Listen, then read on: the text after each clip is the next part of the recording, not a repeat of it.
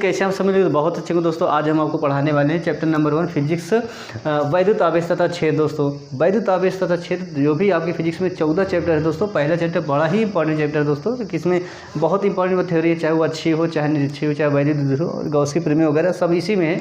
तो बहुत बढ़िया टॉपिक है दोस्तों वैद्युत आवेश तथा छेद, मतलब इलेक्ट्रिक चार्ज एंड फील्ड्स पढ़ेंगे दोस्तों। आखिर ये आवेश होता क्या है? आवेश या सिर्फ वैद्युत आवेश कहिए, यह आवेश होता क्या है? वैद्युत आवेश कह दीजिए, वैद्युत आवेश ये होता क्या है? देखिए बहुत साल पहले प्रैक्टिकल किया गया, ठीक है। और प्रैक्टिकल करने के बाद ये बताया कि प्रत्येक भारी वस्तु हल्की वस्तु को जब अपनी ओर खींचती है तो इसमें कुछ गुण उत्पन्न होता है, ठीक है ना। इस गुण को ही वैद्युत आवेश कहते हैं। मतलब जब किसी भी वस्तु को किसी दूसरी वस्तु से रगड़ा जाता है तो उसमें एक प्रकार की ऊर्जा उत्पन्न होती है, इस ऊर्जा को ही आवेश कहते हैं, ठीक ना। मतलब आवेश होता क्या है, तो आप डिफिनेशन लिख सकते हैं, वैद्युत आवेश पदार्थ का वह गुण है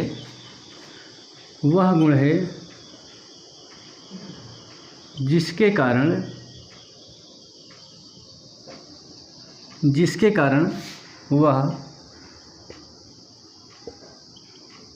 वह वैद्युत बल या चुंबकीय वैद्युत बल या चुंबकीय बल के प्रभाव को बताने का कार्य करती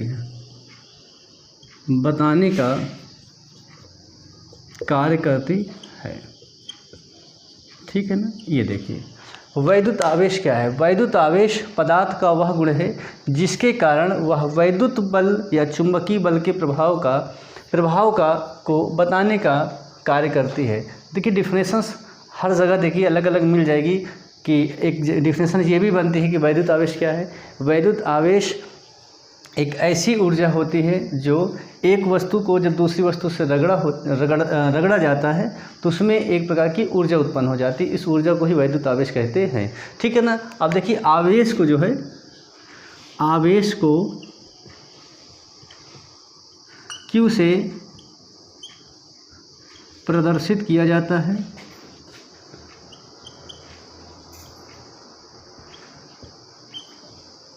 आवेश को Q से प्रदर्शित किया जाता है, देखिए ठीक है। और आवेश Q बराबर होता है प्लस माइनस NE। आवेश Q बराबर होता है प्लस माइनस NE, जहाँ Q क्या है? Q आपका आवेश होता है, Q आपका आवेश, N क्या है? N है आपका इलेक्ट्रॉनों की संख्या, नंबर ऑफ इलेक्ट्रॉन, और E क्या है? इलेक्ट्रॉन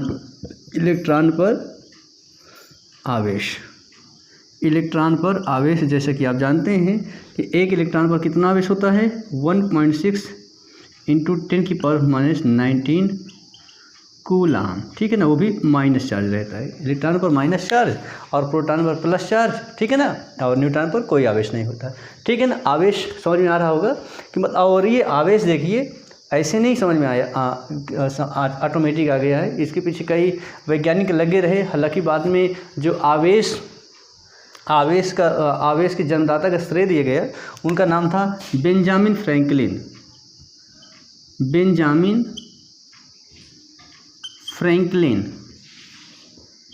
ये देखिए जो आवेश के जन्मदाता बाद में बताए गए, ठीक है। बाकी कई वैज्ञानिकों का योगदान रहा, बट जो लास्ट में बताया गया कि आवेश के जो जन्मदाता थे बेंजामिन फ्रैंकलिन थे। ये लगभग 18वीं ईस्वी के आसपास जो है इन्होंने इसकी खोज किया था। बाकी 1760 भी बताया जाता है कि 1760 ईस्वी में प्रैक्टिकल करना चालू कर दिए थे।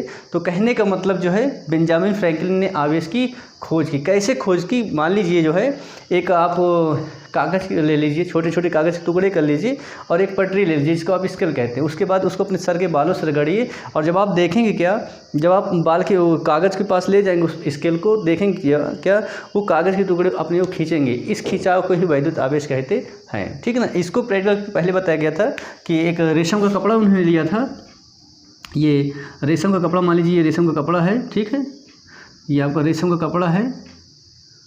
और उसके बाद जो है इसको, ये कांच की छड़ है, इस कांच की छड़ से इस रेशम के कपड़े को क्या किया गया, रगड़ा गया। तो देखने में ये आया कि इससे इलेक्ट्रॉन इधर को गए, ठीक है ना।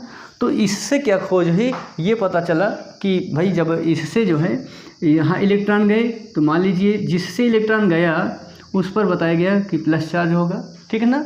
और जब इलेक्ट्रॉन जाएगा तो प्लस चार्ज होगा, वो उसमें धनावेश होगा। और जो ग्रहण करेगा, मान लीजिए रेशम के कपड़े ने ग्रहण किया तो इसमें माइनस चार्ज होगा, मतलब जो इलेक्ट्रॉन लेगा उसमें माइनस चार्ज आएगा, ऋण आवेश होगा। और जो इलेक्ट्रॉन देगा उसमें प्लस चार्ज आएगा, मतलब धनावेश देगा। तो ये हो गया दोस्तों आवेश के बारे में, स्क्रीनशॉट लेते रहिएगा। और आवेश का जो मात्रक होता है, थोड़ा सा आवेश की मात्रक के बारे में जान लेते हैं।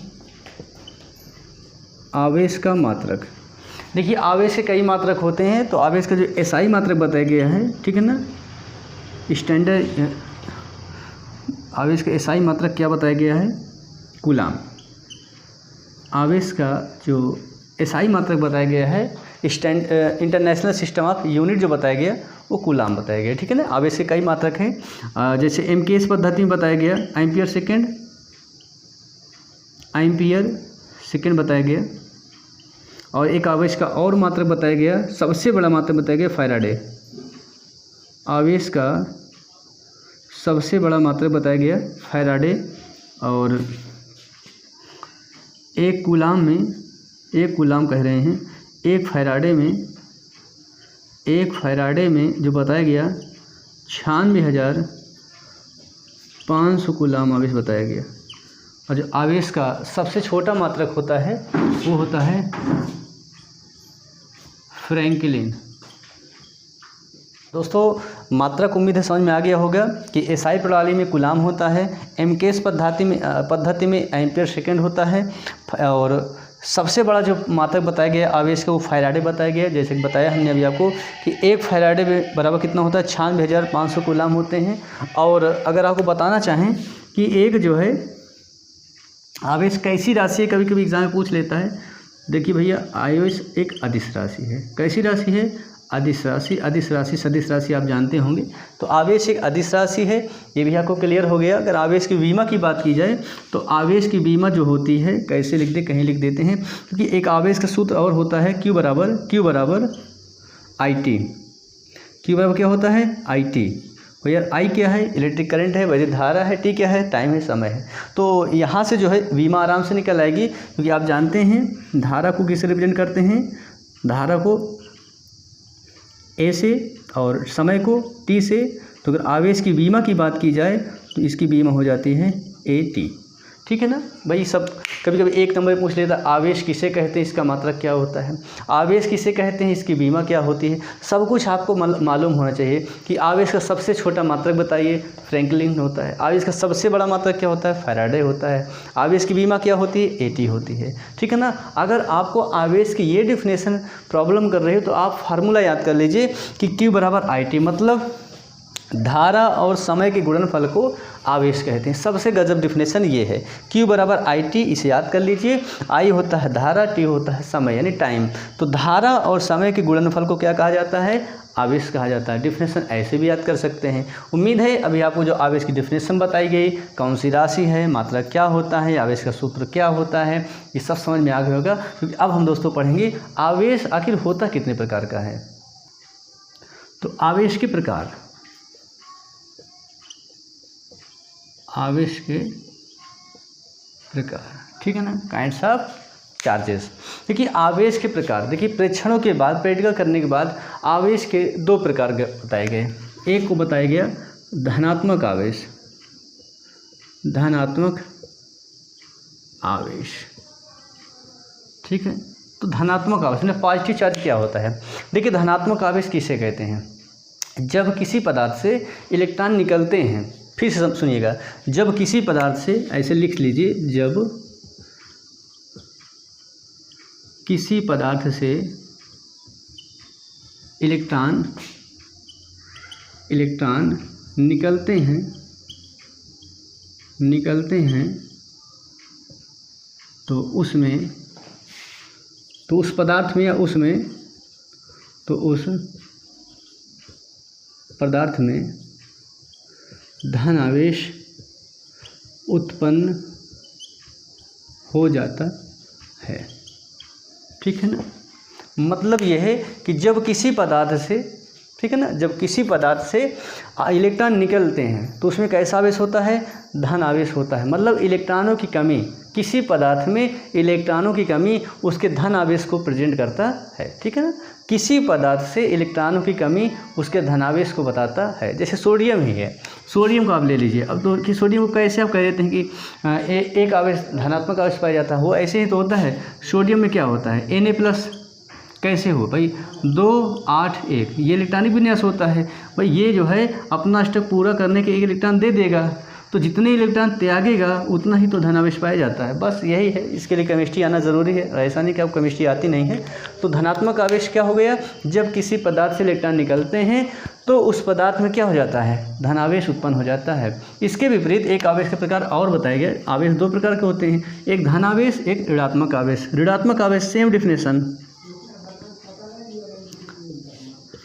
ऋणात्मक आवेश निगेटिव चार्ज। ठीक है ना। तो इसमें क्या है, जब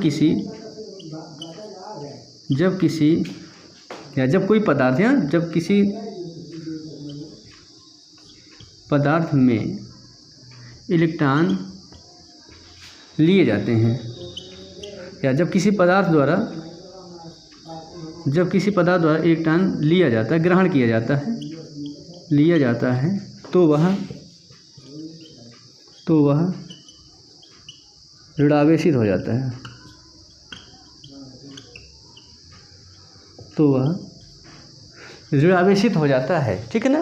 मतलब जब किसी पदार्थ द्वारा इलेक्ट्रॉन लिया जाए तो वह क्या हो जाता है, ऋणावेशित हो जाता है, मतलब ऋणावेश होता है। तो जो इलेक्ट्रॉन ले उसमें ऋणावेश, जो इलेक्ट्रॉन दे उसमें धनावेश। आवेश 2 ही प्रकार का माना गया। ठीक ना। एक धनात्मक आवेश, एक ऋणात्मक आवेश। जैसे कि एग्जांपल के लिए आप ऐसे समझ सकते हैं, जब आप किसी व्यक्ति से धन लेते हैं, फिर से सुनिएगा, जब किसी व्यक्ति से आप धन लेते हैं तो आपको लगता होगा कि हम क्या हो गए, धनवान हो गए। धनवान नहीं है। जब हम किसी व्यक्ति से उधार लेते हैं तो सही बात तो ये है कि हम उसके ऋणी हो गए। इसीलिए यहाँ उससे समझ सकते हैं ऋणावेश का मतलब क्या हो गया। ऋणावेश का मतलब ये हो गया किसी से उधार ले लिया। ठीक है ना। तो ये काम वही कर रहा है। इसमें इलेक्ट्रॉन क्या किया जाएगा, किसी से लिया जाएगा। तो जब इलेक्ट्रॉन किसी से लिया जाए तो उसमें कैसा चार्ज आएगा, माइनस चार्ज आएगा। ठीक है ना। अब आप एग्जाम्पल ये समझ सकते हैं दूसरी तरफ से धनात्मक आवेश के लिए, जब किसी पदार्थ द्वारा इलेक्ट्रॉन क्या किया जाए, लिया जाए तो ऋण आवेश हो जाएगा। और जब किसी चीज़ को इलेक्ट्रॉन दिया जाए तो उसमें कैसा होगा, धनावेश होगा। उदाहरण के लिए आप अगर अपने मित्र को पैसा दे रहे हो तो आप ये मत समझना कि मेरे पास पैसे कम हो गया, बल्कि आप धनवान हो गए, इसलिए आप में धन आवेश होगा। क्योंकि आज नहीं कल वो तो पैसा दे ही देगा, है ना। और उसके बाद हो सकता है इंटरेस्ट लेता हूँ तो इंटरेस्ट अलग से मिलेगा। चलिए इतना ये आपको समझ में आ गया होगा कि आवेश के कितने प्रकार बताए गए। आवेश के 2 प्रकार बताए गए। बेंजामिन फ्रैंकलिन के द्वारा ही बताया गया था कि एक धनात्मक आवेश होता है, एक ऋणात्मक आवेश होता है। ठीक है। उम्मीद है क्लियर समझ में आ रहा होगा। अब हम थोड़ा सा पढ़ते हैं कि प्रॉपर्टीज ऑफ इलेक्ट्रिक चार्जेस, कि आवेश के गुण क्या होते हैं। चलिए देखते हैं। तो जो basic properties of electric charges बताया गया, मतलब जो है वैद्युत आवेश के जो कुछ सामान्य गुण बताए गए, तो उसमें सबसे पहला गुण बताया गया कि आवेशों में आकर्षण तथा प्रतिकर्षण, आकर्षण तथा प्रतिकर्षण का गुण होता है। ठीक है। फिर से समझिएगा कि जो अवैद्युत आवेश के गुण बताए गए, तो जो पहला गुण बताया गया कि प्रत्येक आवेश में, ठीक है ना, तो प्रत्येक आवेश में आकर्षण अथवा प्रतिकर्षण का गुण होता है। कैसे, ये बताया गया कि अगर समान आवेश हैं तो उनमें क्या होगा, यदि, या ऐसे लिख सकते हैं, समान आवेश एक दूसरे को प्रतिकर्षित करते हैं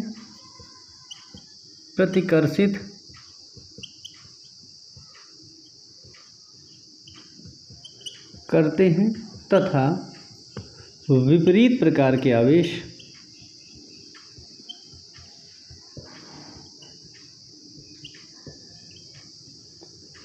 एक दूसरे को आकर्षित करते हैं।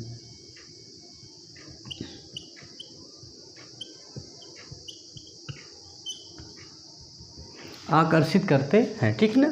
समान आवेश, समान प्रकार के आवेश, ठीक है ना, समान प्रकार के आवेश एक दूसरे को, ठीक है ना, समान प्रकार के आवेश, प्रकार भी लिख सकते हैं यहाँ, समान प्रकार के आवेश एक दूसरे को प्रतिकर्षित करते हैं तथा विपरीत प्रकार के आवेश एक दूसरे को आकर्षित करते हैं। देखिए, आकर्षित करने का मतलब ये होता है अट्रैक्शन करना, खींचना, ठीक है ना। और प्रतिकर्षित का मतलब होता है आकर्षण के उल्टा, प्रतिकर्षण होता है क्या, डिस्ट्रैक्शन, ठीक है ना। आकर्षित नहीं करना बल्कि जहाँ पर खींचना होगा, जुड़ना होगा, मिलना होगा, उसकी वजह प्रतिकर्षण का मतलब होता है एक दूसरे को से अलग होना, विपरीत होना, दूर फेंकना, ठीक है ना। अब समान आवेश क्या होता है, मान लीजिए इसमें प्लस आवेश है, ये कोई निकाय है, इसमें धन आवेश है और इसमें माइनस आवेश है, तो दोनों प्रकार विपरीत प्रकार के होने में, चलिए एक छड़ी ले लीजिए एक छड़ी ले लीजिए, एक व्यक्ति को ले सकते हैं, ठीक है ना। अगर इसमें प्लस है, इसमें माइनस है, ये एक दूसरे को क्या करेंगे, खींचने की कोशिश करेंगे, ठीक है ना। इसी को बोलते हैं आकर्षित करना। जैसे मान लीजिए अगर जो है एक व्यक्ति का स्वभाव क्या है, बहुत टफ मिजाज है, ठीक है ना, हार्ड स्वभाव का है, तो उसका कभी जो है दूसरे के जो हार्ड स्वभाव का है, ठीक है ना, जिसका सामने वाले का भी स्वभाव क्या है, बहुत कठिन है, तो दोनों से मित्रता कभी जल्दी बनेगी नहीं। तो उसके लिए क्या होता है, एक का स्वभाव थोड़ा सा डाउन होना चाहिए, आकर्षण तभी होगा ना, जब एक अप और एक डाउन हो तभी ना आकर्षण होगा, ठीक है ना। तो ये होता है आकर्षण और प्रतिकर्षण। अगर ये आवेश भी प्लस हो गया तो क्या लग रहा है, एक दूसरे को आकर्षित करेंगे, कभी नहीं करेंगे, क्योंकि ये प्लस है, ये भी प्लस है, ये भी धनवान, ये धनवान, दोनों की बैठेगी नहीं, ठीक है ना। इसीलिए एक प्लस आवेश है, एक माइनस आवेश है, तो दोनों एक दूसरे से, ये माइनस माइनस है, तो ये एक दूसरे को क्या कर सकते हैं, खींच सकते हैं नहीं, ये आकर्षित नहीं करेंगे। मान लीजिए ये माइनस है, ये प्लस है, एक दूसरे आकर्षित करेंगे, प्रतिकर्षित करेंगे, बोलेंगे प्रतिकर्षित करेंगे कि आकर्षित करेंगे, कहेंगे आकर्षित करेंगे, क्यों, क्योंकि एक आवेश माइनस है, एक प्लस है, ठीक है ना। तो ये आकर्षित करते हैं। उम्मीद है आपको आकर्षण तथा प्रतिकर्षण अच्छे समझ में आ गया होगा। बताना ये है, आकर्षण तब करेंगे जब एक प्लस हो, एक माइनस हो, या एक माइनस हो, एक प्लस हो। प्रतिकर्षण कब करेंगे, जब दूर फेंकेंगे, कब, जब दोनों या तो प्लस प्लस होंगे या दोनों माइनस माइनस होंगे, पटरी ना खाएगी भैया, ये एक दूसरे को क्या करेंगे, दूर फेंकेंगे, ठीक है ना। उम्मीद है आपको जो पहला गुण बताया गया आकर्षण तथा प्रतिकर्षण का गुण अच्छे से समझ में आ गया होगा। अब हम दूसरा टॉपिक देखते हैं। दूसरा जो गुण है इसका, ये है आवेश के संरक्षण का नियम। गुण है आवेश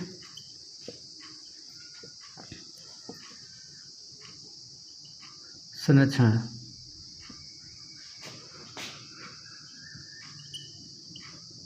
आवेश संरक्षण का गुण आप ये कह सकते हैं, आवेश संरक्षण का नियम भी कह दिया जाता है, गुण या नियम आप इसको भी कह सकते हैं, आवेश संरक्षण का नियम, ठीक है ना। इसके अकॉर्डिंग बहुत बढ़िया नियम है।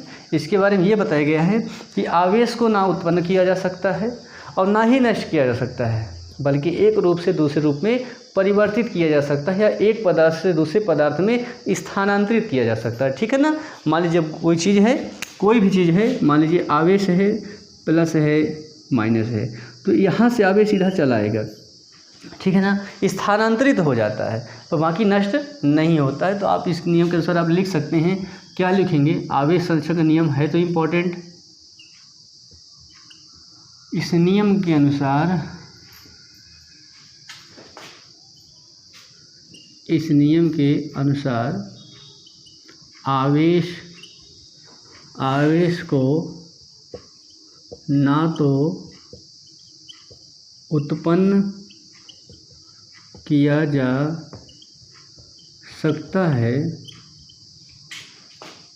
और ना ही नष्ट किया जा सकता है, बल्कि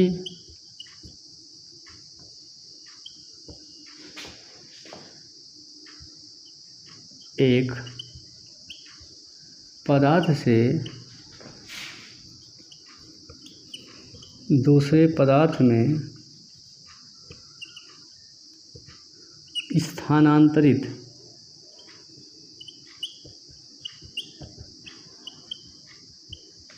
किया जा सकता है। ठीक है ना, फिर समझिएगा आवेश संरक्षण का नियम क्या होता है। What is conservation law of किसका, इलेक्ट्रिक चार्ज।